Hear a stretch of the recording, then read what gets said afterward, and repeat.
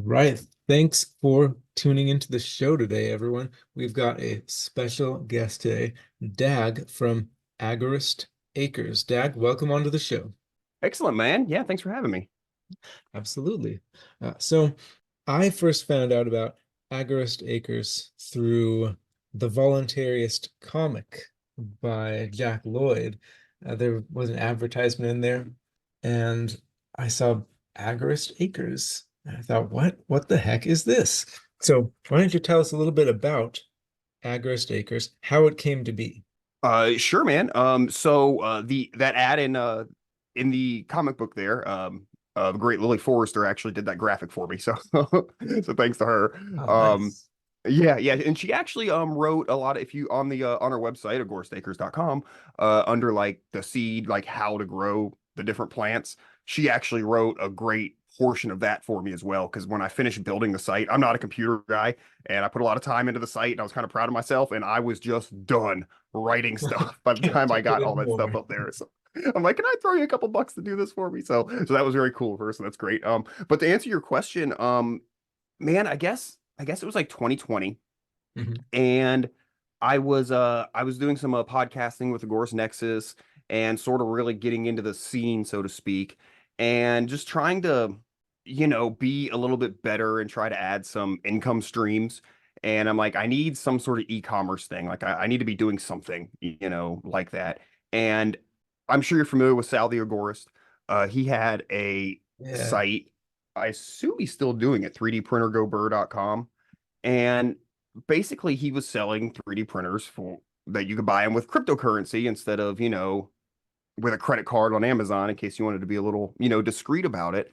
Yes, And I'm indeed. like, man, that's a brilliant idea. And it's not really, and this is no, I'm not talking trash about his idea. I've told him this personally, but like it's so simple. It's like just take something that, people want to buy and just give them a way to buy it with crypto because at the Another time option. crypto was kind of popping and there wasn't a lot of ways to really use it, Mhm. easily.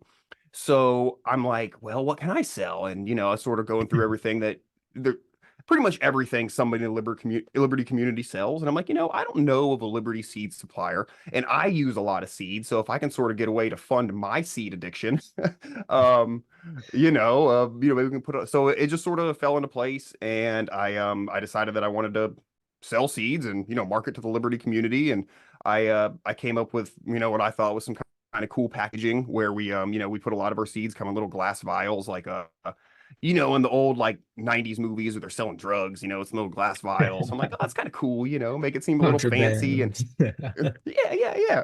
But I mean, like, I hate paper seed packets. They don't seal back, they don't Yeah. keep moisture out. They're just Mhm.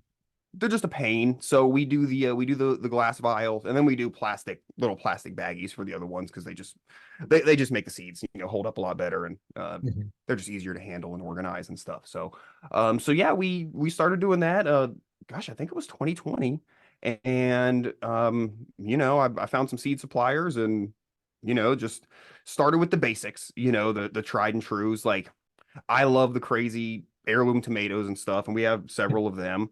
But I decided to, start with, in all the categories, beans or carrots or whatever. Some of the tried and true varieties that aren't that uncommon, just because they're they're popular for a reason. They work, Yeah. So that's sort of what I Danvers wanted to and start with, and then from there I started adding the things that I like or the things I've experimented with, and just sort of expanding from there. We've taken some stuff out that wasn't that popular. We didn't do much in the way of sales, and we've added some others. And we're always trying to add more. We do free shipping on orders over $20. I've been meaning to up that, but 20 is fine for now. One thing I want to say though is if you do order seeds from us and it meets that threshold, make sure when you check out, you click under the shipping options. There's a free shipping option, or like you have to select the free it's shipping. not I don't know why they automatic. make us do that. I see. So I just want everyone heads up if you do order something, please make sure you select that free shipping option. If you don't, I usually just throw in a couple extra packs of seeds to make up for the shipping cost. Um, but uh, but Uh, yeah, just be aware of that. So it sounds like business has been not bad. No, it's been all right. I could do, I mean, any of my businesses. I also run a small farm, and my big failing at that too Yes. is I don't promote my stuff enough. I'm not you know, I'm Marketing, there. that can. Yeah, there's something that there's something that's like as like I like building stuff, and there's something that when it comes to like selling and marketing, it's like you got to get out there and do it. It And takes a I certain know kind when of I person. I know. That- yeah, dude, you're right, man. There's the people who are like I I worked on cars for years, and I wasn't the salesman up front. I was the guy who works in the back. Like I can fix the stuff, but when it comes to sales, it's tough. I need to be better about it. I know I do. But yeah, man, it's been doing good. When I put myself out there, we get a little bit more sales. And I mean, it's definitely not, making me a big paycheck or anything, but it's nice to have, and it's nice to sort of have a big supply of seeds. One thing I should have mentioned, one of the reasons that other than my seed addiction, to get into this was remember in 2020, a lot of crazy stuff was going on. Oh, And I one do. of the things, big stores were closing down. Like you couldn't go buy seeds at like Lowe's. And like I think Michigan was real notorious for that. And things were just getting weird, dude. I was like, man, Mhm. That's it'd true. be good to have myself a supply of seeds. And then at least if I have a big supply of seeds, at least if things get tight over the next year or two, the people in the Liberty community can have access to that too. So it was sort of a battery, a reservoir of productivity and food for the community.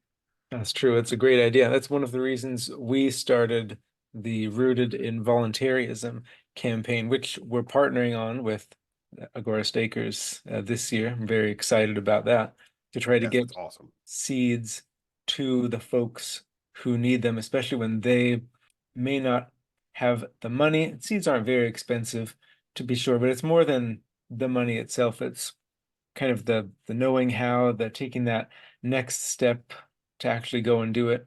And if someone's giving them to you for free, then well, that's even easier. So why One less not at that excuse. point?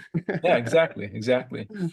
So then in your opinion, I mean there are big garden centers, and you can buy pre-grown plants and pre-grown food, but why is what specifically is the connection with agorism, voluntarism, and other liberty philosophies when it comes to this particular aspect of life, food and growing things? What's the connection there? Well, gosh, there's a couple things. I guess I'd say we'll just take it as like a Liberty community thing to start. Once I started doing like the organic farming thing about a decade ago, if I wasn't already an anarchist, I would have been very closely because once you really start learning about the way the laws are, and I mean just the way the food system works, and I'm sure I'm preaching to the choir here, Monsanto, Dow, etc.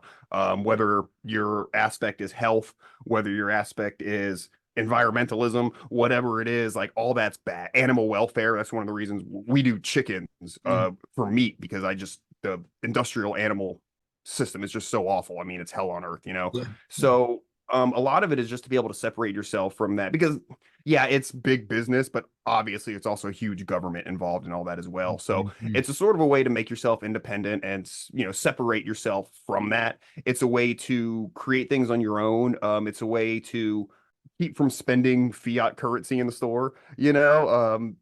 There's not much taxes in the way of like buying fresh produce or anything like sales tax, right? But anything that we can do to sort of separate ourselves from that system, and I'm not saying separate entirely, we still live in the real world, right? But anything Mhm. that we can do to create some independence, um, some self-reliance. And I mean, dude, to be honest, like even I'm a big like I'm not a carnivore diet like person like myself, but I think eating a lot of meat is a good thing. But just when it comes to like the veggies, like if you're you want to enjoy eating them and stuff that you grow yourself tastes so much better because it's so much fresher.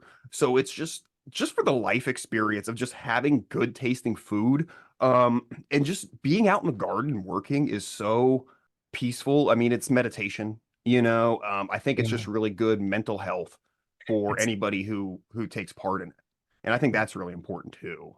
That's true. I like gardening myself, and there's the food aspect itself of eating something that's fresher, but then there's Hmm. also the psychological aspect of I grew this myself, and I know where it came from. I put in all of the work myself, and I think that is even more satisfying on multiple levels than just eating food that you bought from the store. Absolutely, man. I I don't want to be like I'm not a kids these days type of person or anything like that, but there is something with just people these days. I mean, and it's in one way it's a good thing that we have such plenty, right? That we're also prosperous that we don't know how to do anything anymore because we don't have to, right? Yeah. But when you start learning to do these things that really aren't that crazy. I mean, 100 years ago, everybody knew how to do a lot of this stuff, homesteading or gardening, whatever. It you Hmm. just it's you just learn that you have this ability to do stuff, and it's just the first time you eat a carrot that like you grew. It shouldn't be, it gets a root vegetable, it grows like on its own, it does its thing, it's just a carrot. But when you grow a carrot yourself and eat it, you're like, oh my god, like this is just crazy that I made this. It's just such a cool feeling. And anytime you learn a new skill, or me and my wife, I mean, that's we've learned hundreds of new things since we started doing this. And it's just a big confidence boost. You're really taught in school, like public school especially, dude. And it's not necessarily like they tell you this directly, but it's really the the feeling you get from attending is that, there's people who do certain things and you do your thing, and you can't do it, you have to be a professional to do whatever else. And I Hmm. never really fit Get well your into public license school. And and yeah, dude, get license your or degree, and then you can do something. yeah, and of course it's never blue collar stuff. That's not acceptable anyhow. And Hmm. that's just such garbage, man. And probably about a decade ago, when I wanted to start the farm, I quit my job. I'd saved up some dough, and I just started learning, like teaching myself. I just read stacks of books and watch YouTube videos and this and that, and sort of put it together. And it's just that was sort of very liberating. And then say, oh wait, I can do anything I want. I just you learn. And nowadays, with the internet and YouTube or what have you, like I mean, everything's at your fingertips with doing stuff. So there's a lot of trash information out there, and ultimately, especially Sure. with gardening and farming, do Mhm. what works for you. Because I'm below the panhandle, I'm south of the panhandle in Florida. So what it says in the back of a typical seed packet does not apply to me at all. So you can't even just go with what it says, like on a seed packet, for instance, on how to grow stuff. So do what works for you. That's the big thing with any of this stuff. I'll give all the advice I have, but I'll say the caveat to that advice is it might not work for you. Do what works for you. It doesn't have to be my way. Yeah, that's true. Climate, soil, it all makes a difference. Yep. And I mean, ecosystems can change. You go 2 miles down the street, and you and your neighbor 2 miles away might have different issues, or different troubles, or have things that grow easier. And sometimes the simple thing is just, if I try to grow something 5 years in a row and it doesn't take, maybe Mhm. I'm just not going to try on the 60th year. Maybe it's just Yeah. not meant to happen here. So don't force stuff too. If you find something that really likes to grow in a certain part of the garden, work with it. Sounds good.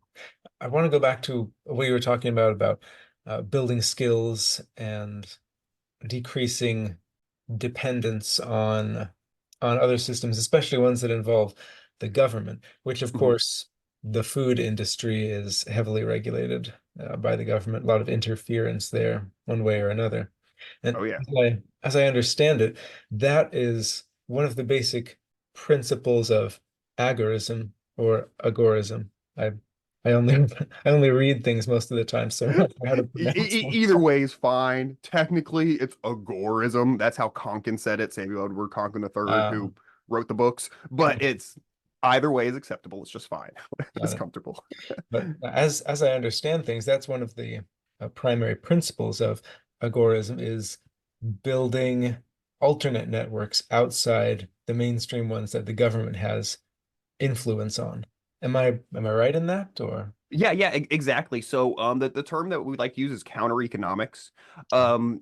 which could just be doing business outside of the typical system. So if you can barter, and I barter has its own challenges, but if you can barter, like that's great. And yeah, just basically anything you can do to sort of stay out of that system as much as possible. I mean, I have a driver's license, right? Like I'm not like, yeah, I'm gonna go or I'm gonna drive without registering my car. Like it's stupid, Yeah, like that's it's risky. yeah, exactly. And by registering my car, it would allow me to do more agoristic activities than by not registering my car. I'm gonna get pulled over and arrested, right? So, Mm. there's, you got to use your brain. But yeah, man, and it's not even. It really does get a blanket of like doing illegal stuff, and that's not so much the case. We like to say gray market. You know, you can work. You can be legal but under the radar. You know, I'm trying not to say anything. I'm not trying to Well, encourage well, anybody to we do can go anything to illegal. the classic of garage sale. You're just selling something Excellent. from your house Excellent. and no sales tax. Government doesn't know about it. They don't have to know. Not Yeah, their yeah, business. excellent. And you know, with stuff like that too, it's just you're helping your community because you're selling stuff for cheaper. They're not having to buy it from the store. You know, it's very like community oriented kind of thing. And you typically we would say, you know, like geographically close, but these days with the internet, man, I mean, you can, you Mm, know, I've got friends all over the country and we're a good network. Like if I need help, I can hit them up. They'll help me out with just advice or whatever. We trade food products and stuff. You know, we meet up a couple times a year and we'll trade and swap food products. You know, we do a lot of stuff like that. But you know, agorism can be as small or as big as you want it to be, basically. And it doesn't, again, it doesn't necessarily have to be illegal stuff. It's just, you know, sometimes it's just that gray area. You know, like you said, like technically the yard sale, you're supposed to report that income, but who does? Like who would? That's insane. Even the yeah, biggest statist wouldn't do that. You know? I would hope not. Yeah, Yeah, that's a lost cause right there. probably. So yeah, man, it's like I said, counter economics is the term. And so on the more radical side of it, the idea would be that any money you're not paying into the government system, you're denying them. So that's kind of it's slowly starving the state is what a lot of people say. Now, when Konkin wrote his books in like the 90s, like just technology has made kind of a lot of what he wrote a little obsolete. So it's, you know, it's not we're not treating that stuff like it's the Bible or anything. But it's a very open-ended philosophy, I might say. You know, you do with it what you see fit. You know, I'm a big I like being able to help my community and I like teaching people. I like, you know, helping people learn skills that they can do for themselves. You know, that's really it's empowering to me to empower other people. Does that sound stupid? Um, but No, it's it's good. very satisfying. And I just if I can teach the man to fish kind of thing, and then you can go and do the thing and then teach other people to do the thing, I'm just happy as a clam. I just love that stuff. And we're just so because okay, me being self-sufficient helps me and my family, but when my neighbors are self-sufficient, if there is an incident or something, that's better for me too, because then I'm not helping support them. We have a you know, we can all help support each other. So it's I just really like people to get back to learning some basic skills. I'm not saying don't be technologically advanced. I'm not saying I'm not a Ted Kaczynski person. That's not me. But there is some sort of truth and we should be a little more connected to past stuff because I mean we do take a lot of this stuff for granted. We were talking before we started about Mhm. the cell phone outage a couple days ago, you know, and Yes. stuff can happen and it's gonna happen, you know. It's so just anything you be a little more prepared for is great. And then, like I sort of mentioned before, I feel like when there is a disaster or a situation, whatever you want to call it, even something light. I mean, we have a lot of hurricanes down here, so we might not have power for a couple weeks, or you know, I don't have to worry about going and getting the last pack of toilet paper on the grocery shelves because I store it. You know, here we have a prepper pantry for that kind of stuff, and that way the person who doesn't have the toilet paper can go get the toilet paper they need or whatever. So it's not just about yourself. You're kind of helping the greater community without you know being commie about it or anything. That's true. One less burden on the system, so to Exactly. speak. Exactly. Yeah. If you're handling yourself, that means the resources are available for other people. Mhm. You know, it's not hoarding. It's only hoarding when you're buying all this stuff when it's in short supply. If you buy a lot of extra stuff or just have extra supply when it's not in short supply, it's being smart and it's preparing for those lean times for sure. True. Well, this sounds fantastic. It almost sounds like agorism is almost as much a lifestyle as it is a philosophy. Like it's not just something abstract, but it's more concrete than a lot of other philosophies that I've heard of. Oh, dude, that's a great way to put it, man.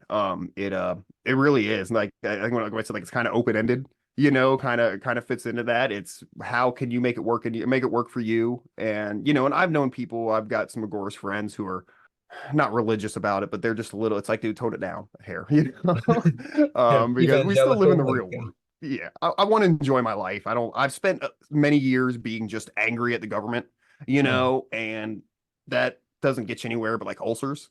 So, true. you know, you still got to live and enjoy your life. So, one of the things also like, okay, so you know, I consider myself an anarcho-capitalist for a few years, and it's like, okay, great, you know, I read all this economics, and I'm a big economics nerd, and I love it, but it's like, now what? It doesn't, and I know plenty of people have roadmaps who are anarcho-capitalists, but it doesn't really paint like a straight roadmap to freedom.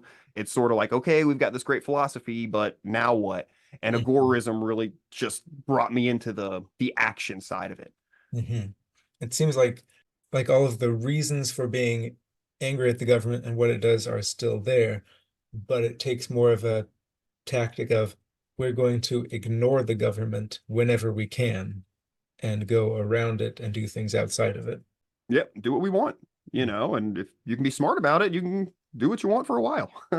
My family, let's say previous generations to me, before agorism had a term, they were like, agorists, not politically, but they Hmm. my when my uncle was enslaved by the US military to go kill people in Vietnam, um Um, he uh he learned when you come back, they don't really check your baggage. Um, so he started, let's say, an importation business, and it sort of was in my family for a little while. And not that I was like involved in it or anything, but just of growing course. up with my Yes. dad, my uncles, I was just taught, just be cool, man. Just you Hmm. just be cool. Don't advertise what you're doing. You can pretty much do what you want with your life. Just be cool, can't stay under the radar, don't, what have you. So that's sort of where it came from to me. And I just, I'm gonna do what I want. And I have my morals and my ethics, and I do business within those, and that's important to me. And then, I just go from there, man. I do what's right. If I have a neighbor who, has a horrible food allergy and can only eat like my chicken or something, and the government says you can't sell them chicken, like I'm gonna sell you chicken, dude. Like we'll figure Hmm. it out. Um, so it's doing what's right, I think. Yeah, despite what the government may think or may not think is right. There's a really great book. Are you familiar with Joel Salatin? I don't think so. He has a lot of, he's like, dare I say, like most famous farmer like in America, but he has several books, and one of them, I'm sure you've seen the an image of the book floating around the internet. It's called Everything I Want to Do is Illegal, and it's all about small farms and issues he's had over the last several decades of being a farmer. Mm. And just reading that, it's just like, oh my God, dude, this is insane. It's right up there with 3 felonies a day that Ooh. you really can't live life legally. Like even if you try, it's so hard. Yeah. So yeah, it's just like, hey man, we're gonna do what we got to do. We're gonna do this farm thing. Every now and then there's a hiccup. I was in business a couple years before I had an issue with the county, and they tried to shut down the farm because of some zoning Yeah. agriculture classification thing. I had to go to court. It was like an 8 month thing. We Oh, had it sounds lawyers awful. and like a magistrate. We won. We're a farm. We exist. But they, it was the whole thing was just ridiculous. And they Mhm. knew it was ridiculous, but they made me do it. They're It was, just doing their jobs, Dag. They're just doing their yeah. jobs. Yep. Yep, absolutely, man. Yeah. And the code enforcement officer I was dealing with, he goes, "Man, it's crazy. I was a police officer for 18 years, and people hate me a lot more as a code enforcement officer than they ever did as a cop." Because I was like, you "Yeah, can dude. pretend to be doing good things while you're a cop. And Yeah, man." sometimes, And I mean, yeah, like, okay, even in Ancapistan, like, we need a security force, right? Like, maybe we don't call them that's cops or true. police, Yeah, but there's people who do that job and they're needed, that's a but good point. nobody needs a code enforcement officer ever. No. No. Well, I'm glad that you're still operating, and especially that you can do the seeds, Mhm. which allows us the opportunity to partner with you. So I'm really excited. The idea came to me, in fact, after I purchased seeds for myself, because I say I like gardening, and I wasn't expecting them to come in those cool little glass vials, so I was Oh, blown nice. away. That was fantastic. Yeah, yeah, it's just fun, but And I and thought, again, there yeah, is the practical side with the paper packets, but yeah, it's kind of it's it my is gimmick. cool. What can I say? Yeah. And then I thought, hey, we do seeds, and this guy has seeds. Let's work together. So I'm really excited Heck about yeah. that this year. Yeah, no, this is awesome. I haven't necessarily done anything like this before. I've thought about working with like some libraries have seed banks and stuff. I've sort of thought about Mhm, mhm. working with them or whatever, but it just never really came into fruition, so this is really cool. I like it. Yeah, and I should be releasing this episode right about the time where we actually roll out the Rooted in Voluntarism campaign. So the people who are listening, If you want to donate to that campaign, definitely do so. If you want to take advantage of the generosity of our donors and get seeds for yourself, if you don't have enough cash, please do so. If you have cash and don't necessarily want to donate, but do want your own seeds, DAG has put together a affiliate code where you can save 10% on your order with him, and some of the proceeds go to us to help fund our charity efforts. That code is VIA10, 10, the digit 10. We'll have it in the description. So that'll be pretty amazing. I And we did that in all caps, I believe, All in caps. case it matters. I think it matters. It might not, but it is all caps. Better So safe than sorry. Yeah. absolutely. But I'm excited. I got an extra some watermelon seeds from you, some cool tomato and bean seeds. I think it was garbanzo, which Oh, sounds yeah. neat to me. As Yeah, grow. they grow really easily. A lot of people use them as a cover crop, actually. Yeah, it could be good. But yeah, vegetable protein sources, you pretty much got beans. So Yeah. might want to grow some of those. But yeah. Yeah, absolutely. And I guess while we're talking about a tip about beans, especially like green beans, pick them Mhm. when they're smaller. It's tempting to let them get big and fat because you want a Oh little yeah. more out of them. Pick them when they're thinner. You will enjoy eating them much more. Yeah, The if you're ones going that for we're the gonna be pods. Yeah. yeah, the pods. You don't want to see the big lumps in them. I like pencil thickness or thinner, especially the ones that we're gonna be doing for this campaign is one of my favorites. They're called petite French fillet beans, and they uh they stay pretty thin, but yeah, like no bigger than like a pencil. Pick them off of there, and they are just delicious. They're sweet, and it is one of those things. If you've never had like when you pick a green bean off the plant, you can just eat it, and it's delicious.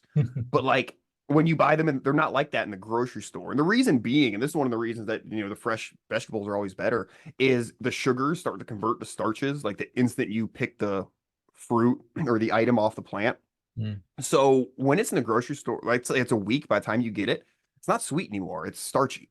mm, Um, Same thing with like sweet corn and really just about anything. It's just typically a lot better and sweeter and tastes good when it's first picked. If you ever see okra in the grocery store, it's brown. It's because it turns brown in like 2 days. If you're not growing okra yourself, you've never had good okra. It's yeah. just it's just a game changer. There's so much stuff I didn't think I liked until I started growing tomatoes. I won't buy a tomato at the grocery store. I do not enjoy it. It's gross. But tomatoes I grow, I just eat like an apple, like in the garden, still hot from the sun, and it's so delicious. Oh man. The first time I grew a tomato, I just did it like for fun, and I had this thing, and I'm like, what do I do with this? I don't even like tomatoes. I said, well, I got to try it.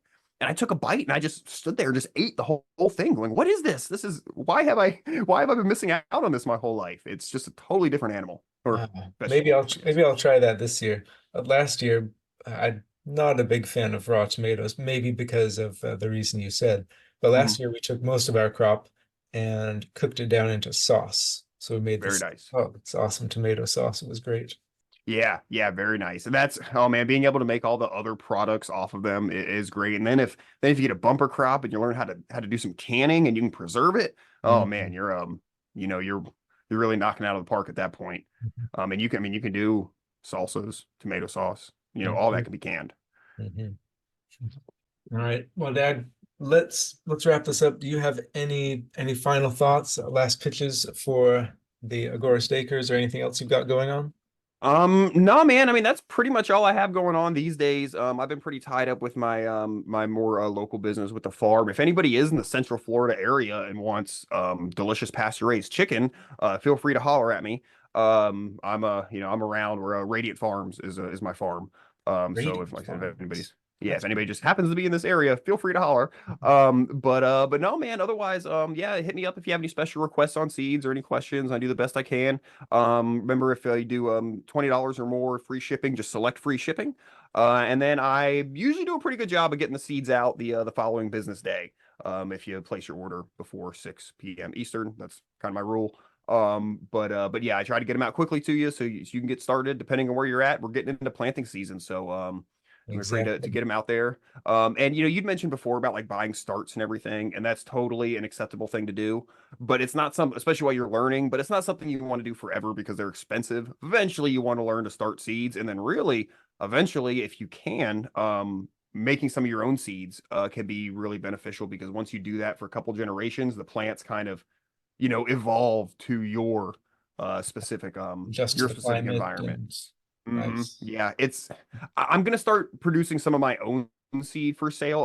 The arugula that I have on the site is seed I produce. There's a couple things, but Mhm. to be honest with you, man, one of my concerns about doing it too much is because I live in South Florida. If I'm growing seed, I'm growing like South Florida seed, and then if I'm shipping it, Um, it's something that's Might not geared do for as down well here. in So that's Michigan or right. I'm probably overthinking it, but it is something that sort of goes through my head. I'm like, man, I don't want to grow these awesome southern vegetables and then people up north have a hard time or anything. But I don't think that'd be the case anyhow. But I am eventually gonna do a few items myself. Unfortunately, with seed production, like commercially, like if I want to grow two different types of, let's say, a brassica, like broccoli or cabbage or something, even like things can cross pollinate, like cabbages and broccolis, and it might be up to uh, like an eighth of a mile. So there's just a lot of restrictions for producing yourself. So that's why I don't do it all myself. And I have people ask me that sometimes, and there's yeah, there'd be a practical lot reasons more. I couldn't if I wanted to.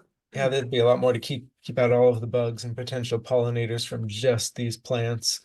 Oh, That'd oh be yeah. pretty involved. Actual seed, like Johnny Seeds, like their facility is like huge, and yeah, it's tons of like shade houses that exclude bugs, and it's seeds it's the same reason I don't breed my own broiler chicks for my meat bird operation. That is a full-time job in itself. It's just not. I just can't.